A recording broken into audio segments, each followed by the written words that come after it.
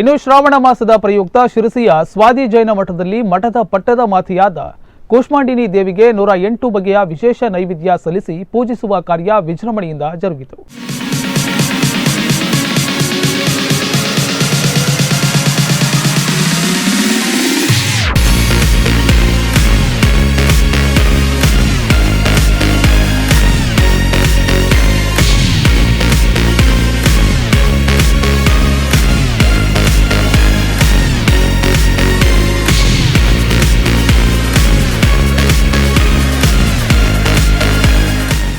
ಶ್ರಾವಣ ಮಾಸದ ಪ್ರಯುಕ್ತ ಶಿರಸಿಯ ಸಾಧ್ವಿ ಜೈನ ಮಠದಲ್ಲಿ ಮಠದ ಪಟ್ಟಣ ಮಹಾಮಾತೆಯಾದ ಕೂಷ್ಮಾಂಡಿನಿ ದೇವಿಗೆ 108 ಬಗೆಯ ವಿಶೇಷ ನೈವೇದ್ಯಗಳನ್ನು ಸಮರ್ಪಿಸಿ ಪೂಜೆ ಸಲ್ಲಿಸಲಾಯಿತು.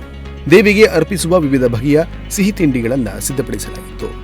ಸಾಧ್ವಿ ದಿಗಂಬರ ಜೈನ ಮಠಾಧೀಶ ಶ್ರೀ ಭಟ್ಟಾಕಲಂಕ ಭಟ್ಟಾರಕ ಪಟ್ಟಾಚಾರ್ಯ ವರ್ಯ ಸ್ವಾಮೀಜಿಯವರ ಸಾನ್ನಿಧ್ಯದಲ್ಲಿ ಅಮ್ಮನವರಿಗೆ ವಿಶೇಷ ಅಭಿಷೇಕ, ಪೂಜಾ ಆರಾಧನೆ, ಅಷ್ಟಾವಧಾನ, ಷೋಡಶೋಪಚಾರ, ಕುಂಕುಮಾರ್ಚನೆ ಸಹಿತ ಪೂಜೆ ನಡೆದವು.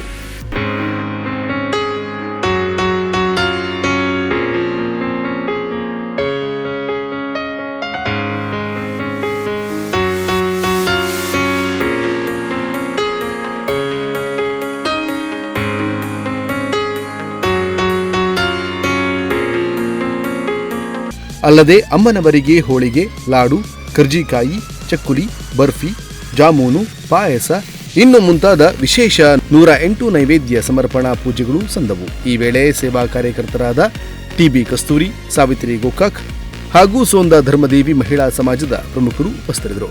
Nudisiri news desk, Sirsi.